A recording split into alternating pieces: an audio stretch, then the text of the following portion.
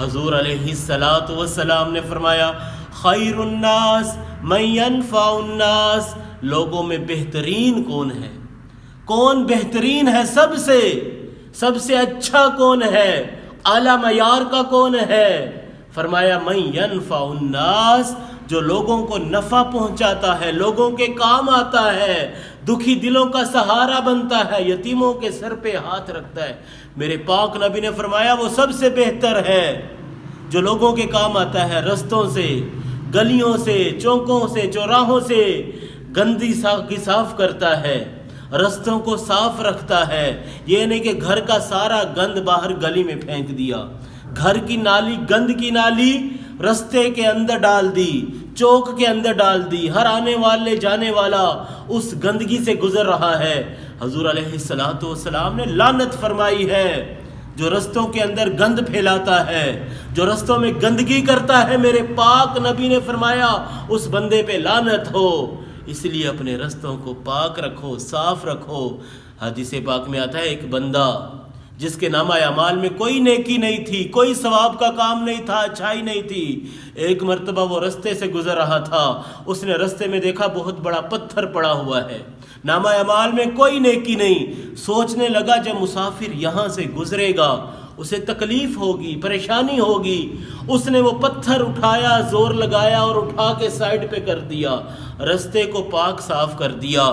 جب اس بندے کا انتقال ہوا، وہ بندہ مر گیا، اللہ تبارک و تعالیٰ نے اس عمل کی وجہ سے اس کے سارے گناہ بخش دیے اور اس کا ٹھکانہ جنت بنا دیا۔ اس چھوٹی سی نیکی کی وجہ سے، بظاہراً چھوٹی ہے، اللہ کی بارگاہ میں امت کی خدمت بہت بڑی نیکی ہے۔ آؤ دوستو، خیر الناس من ينفع الناس، اپنے رستوں کو صاف کرو، اپنے چوک چوراہے گلیوں کی صفائی کرو۔ الطہور شطر الایمان، یہ جو صفائی نصف ایمان ہے، صرف جسم کی صفائی نہیں ہے بلکہ انسان جہاں رہتا ہے ادھر کی صفائی، جس گھر میں رہتا ہے وہاں کی صفائی، جس گلی میں رہتا ہے گلی کی صفائی۔ جو لوگوں کو عذاب دیتا ہے میں ان لوگوں کو عذاب دوں گا، جو لوگوں کو تکلیف دیتا ہے میں ان لوگوں کو تکلیف دوں گا، جو لوگوں کو ستاتا ہے ان اللہ یعذب الذین یعذبون الناس، جو لوگوں کو ستاتا ہے میں اسے ستاؤں گا، جو تنگ کرتا ہے لوگوں کو میں اسے تنگ کروں گا، جو لوگوں کو مصائب میں مبتلا کرتا ہے میں اس کو بھی مصیبتوں کے اندر مبتلا کر دوں گا۔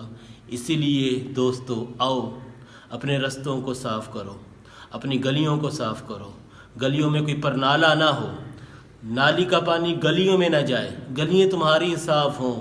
اور جب شاپنگ کے لیے باہر سڑکوں پہ گزرو تو اپنی گاڑیوں کو مسلمانوں کے لیے اذیت کا سبب مت بناؤ، اور جب تمہاری کوئی تقریب ہو، کوئی محفل ہو تو وہاں پہ گلیاں مت بند کیا کرو، رستے مت بند کیا کرو، یہ تم لوگوں کو اذیت دے رہے ہو، لوگوں کو تکلیف دے رہے ہو۔ اپنے رستوں کو صاف کرو، اپنی گلیوں کو صاف کرو۔ یہ حضور علیہ الصلوۃ والسلام کا پیارا دین ہے جو زندگی کے ہر شعبے کے اندر ہماری رہنمائی کرتا ہے، ہمیں زندگی گزارنے کا طریقہ بتاتا ہے۔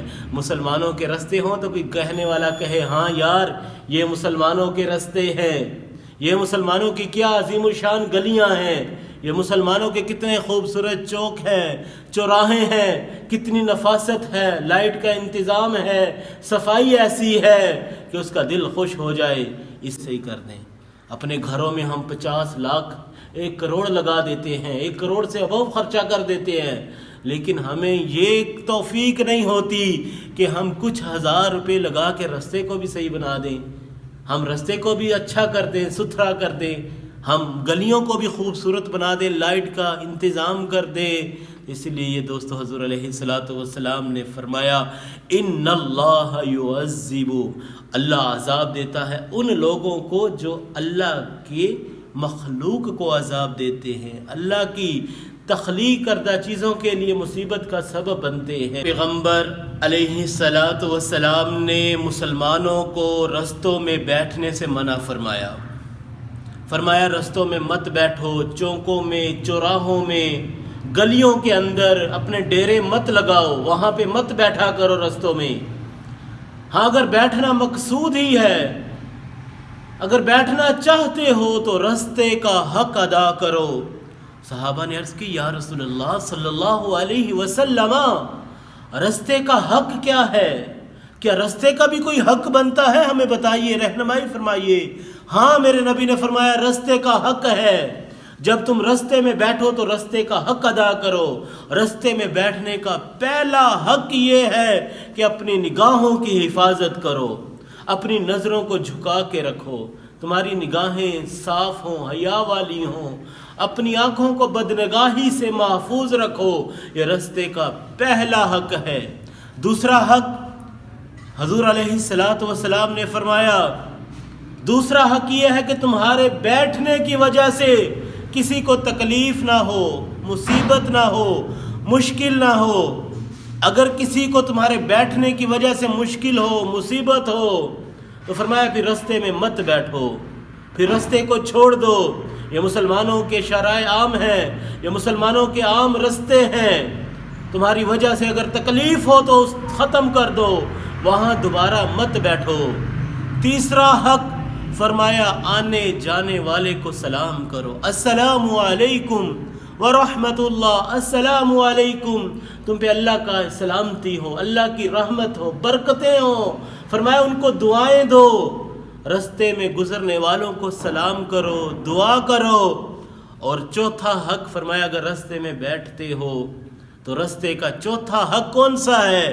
کہا اچھائی کا حکم دو، نیکی کی دعوت دو، لوگوں کو اچھائی کی بات پہنچاؤ۔ یہ نہیں وہاں پہ بیٹھ کے تم کسی کی غیبت کرو، فحش گفتگو کرو، تانا زنی کرو، مسلمانوں کی پیٹھ پیچھے برائیاں کرو۔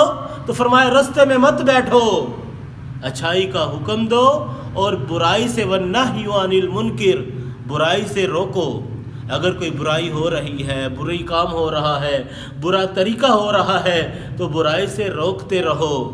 اسی لیے مسلمانوں کو حکم دیا